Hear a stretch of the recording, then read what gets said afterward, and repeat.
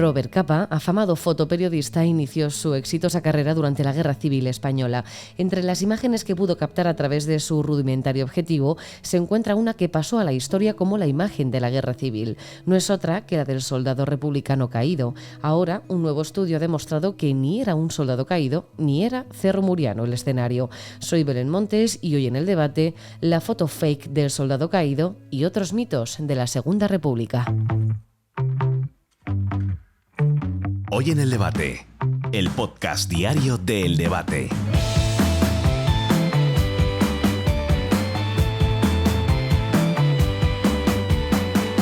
No es la primera vez que la foto del miliciano caído se cuestionaba. De hecho, fue hace unos cuantos años, en el 2009, cuando The New York Times abría la caja de Pandora de las sospechas, afirmando en su editorial lo siguiente: la belleza y la prístima autoridad de la imagen se verían terrible y trágicamente socavadas si se descubriera que Capa, que entonces tenía 22 años y cumplía su primer encargo como fotógrafo de guerra, había montado de algún modo esa fotografía.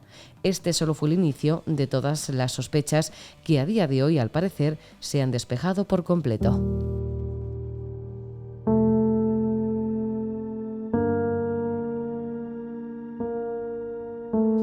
Un estudio publicado por el profesor José María Susperregui concluye finalmente que la imagen del miliciano caído no era real.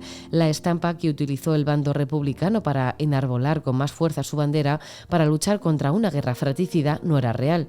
La fotografía, la guerra sí, una guerra en la que ambos bandos sufrieron, ambos bandos y España entera. Pero, ¿qué pasa con esa fotografía? ¿Qué pasa con ese soldado caído? ¿Hay algún momento más en el que haya que poner en cuestión los argumentos de los republicanos? Jorge Álvarez es historiador en la Universidad CEU San Pablo. Hay que tener en cuenta que la Guerra Civil Española ha sido una de las más mitificadas de la historia y todavía hoy tenemos y damos como válidos muchos de los mitos que construyó la propaganda de la época. Es el bombardeo de Guernica, por ejemplo, que lo tenemos todos en la cabeza, ¿no? Pues como la imagen por antonomasia del horror de la guerra. Se vendió en su momento por parte de la prensa como un bombardeo experimental realizado por la aviación alemana contra una población indefensa, y luego pues estudios posteriores, como el del general Salas Larrazábal, han demostrado que en el fondo fue un bombardeo mucho más reducido contra una posición táctica, con un puente que era importante militarmente. Lo que pasa es que se magnificó de cara a la prensa y ahí quedó la imagen del cuadro de Picasso que todos conocemos. Por ejemplo, tenemos la matanza de Badajoz, en la que el Ejército Nacional tomó Badajoz y organizó una durísima represión contra los prisioneros republicanos. Pero a partir de ahí, corresponsales americanos e ingleses contaron que se había cogido a los prisioneros y se los había toreado en la Plaza de Toros de Badajoz, clavándoles banderillas antes de matarlos. Esta idea era evidentemente falsa, pero todavía hoy hay mucha gente que te dice: sí, bueno, en Badajoz que se toreó a los prisioneros. Bueno, pues estas cosas nunca ocurrieron.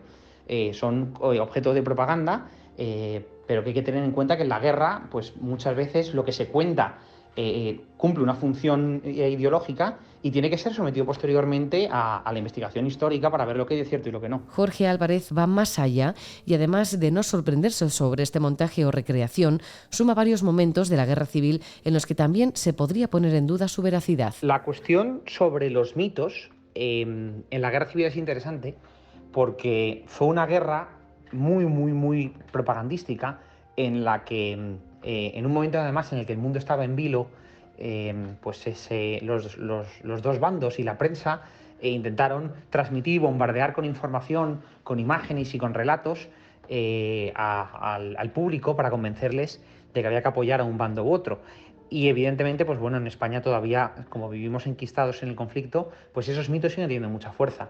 Y hay muchísimos de las, digamos, construcciones propagandísticas que se realizaron en el momento, especialmente pues por los corresponsales extranjeros que trabajaban para la República, pues, como el propio Capa, o como otros corresponsales que estuvieron desplegados en España y que tenían un aparato mediático muy fuerte y que construyeron un relato para intentar pues apoyar a la causa republicana, y abriendo polémicas tan famosas como, por ejemplo, el bombardeo de Guernica, que se convirtió en poco menos que la hecatombe del horror, un bombardeo experimental realizado por la aviación alemana contra una población absolutamente indefensa, que luego pues Estudios posteriores, como el general Salazar-Larrazábal, han demostrado que el bombardeo de Guernica fue mucho más reducido, pues contra una posición estratégica que defendía un puente, y que sin embargo pues digamos, hubo luego una magnificación del evento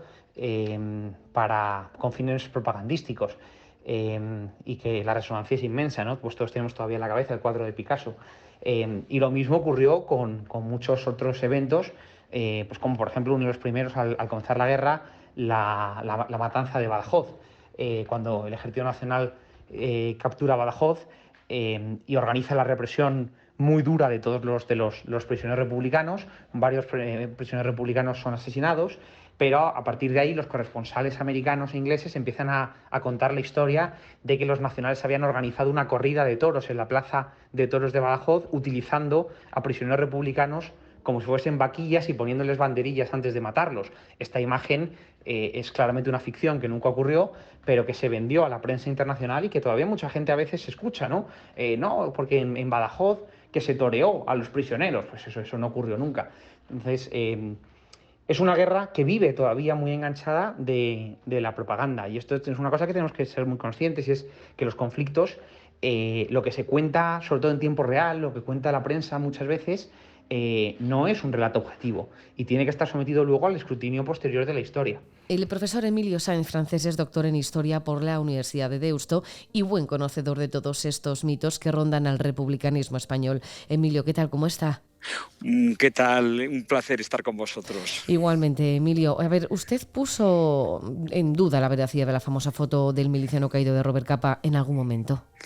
Bueno, como tal no, pero es una historia que ya se había oído, que esta era una fotografía buscada más que una fotografía genuina y que además después se ha elevado a la categoría de mito. Ya habían aparecido algunas informaciones que decían pues que el fotógrafo buscó esa fotografía mucho más que representar ese momento dramático de la muerte de un miliciano en el campo de batalla.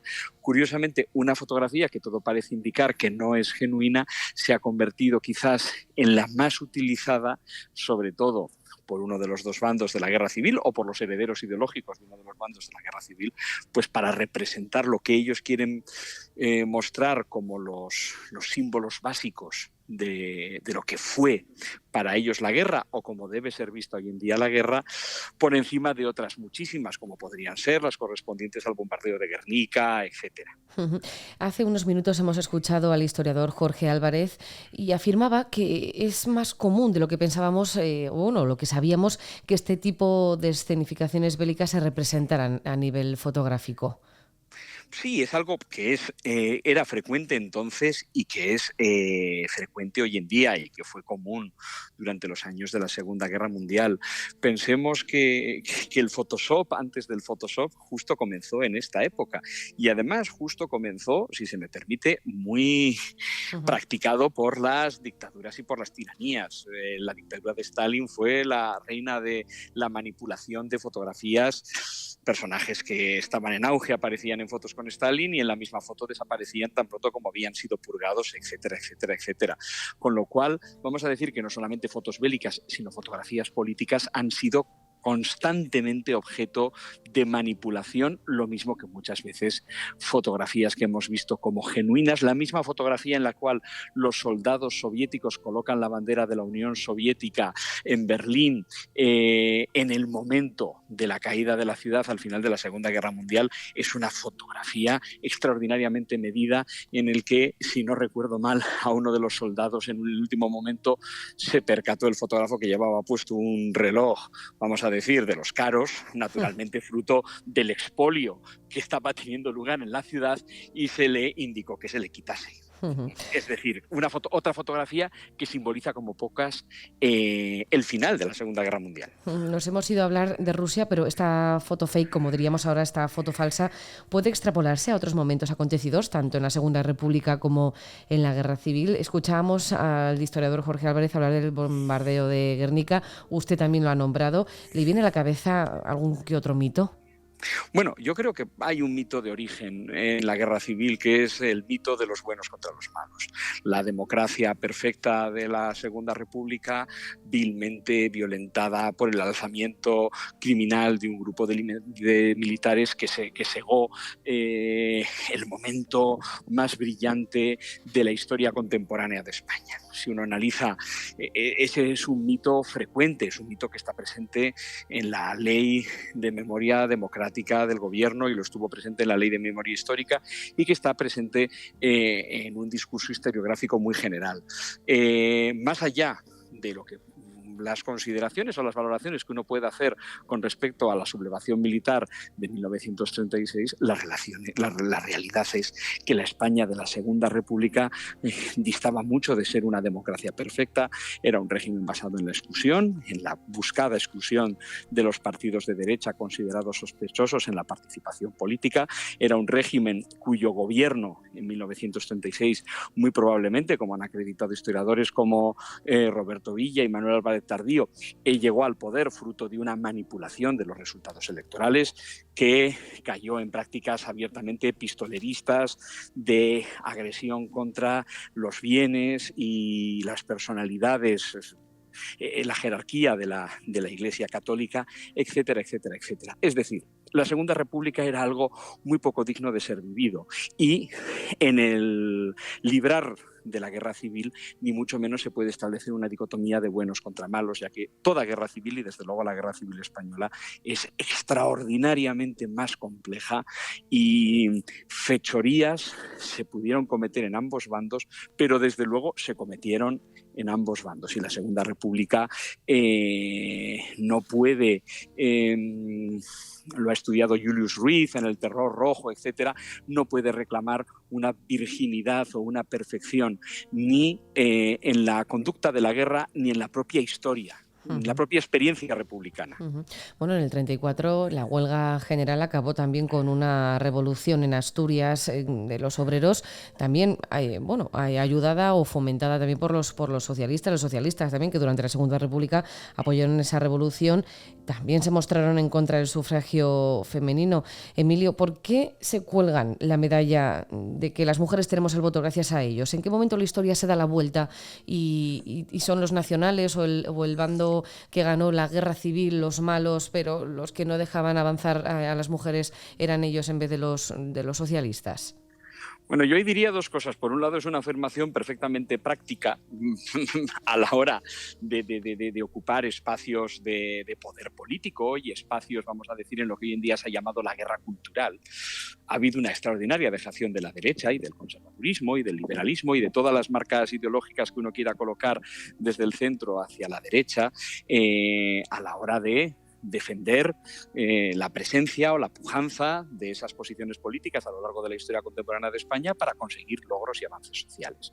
Y luego pasa una cosa muy curiosa, y es que cuando el comunismo se va, si me permites la expresión, al garete, cuando la Unión Soviética colapsa, hay una reconversión, vamos a decir, sobre todo de la extrema izquierda. El socialismo es verdad que después tiene su evolución, asume el feminismo como parte de su programa, por ejemplo, etcétera, pero hay una reconversión de la izquierda radical que asume una serie de mantras que antes le habían sido totalmente ajenos como propios. El mantra medioambiental, fíjate tú lo bueno que ha sido para el medio ambiente el comunismo soviético, el feminismo, habiendo sido el régimen de la URSS y sus satélites extraordinariamente machista, para, vamos a decir, construir un nuevo relato una vez que el relato fundante, pues el de que la Unión Soviética era un lugar maravilloso, pues se había ido al traste. Con lo cual ha habido una táctica política inteligente, ha habido una dejación por parte de los que también podrían reclamar ese tipo de posturas, y luego ha habido un momento histórico en el que la izquierda ha abrazado una serie de banderas cuando otras banderas se le cayeron de las manos. Pues Emilio Sáenz Francés, historiador y profesor en la Universidad Pontificia Comillas, muchísimas gracias. Un placer para mí siempre.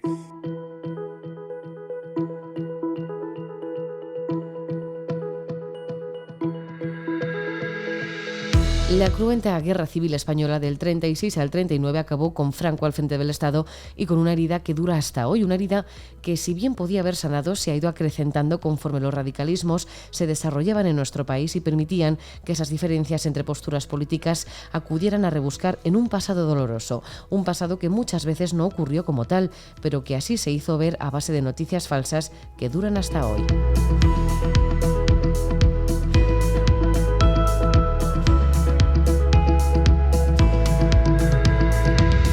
Puedes escuchar este podcast en eldebate.com y en las principales plataformas de audio. Recibe un saludo de quien te habla, Belén Montes. Gracias por estar al otro lado. Adiós.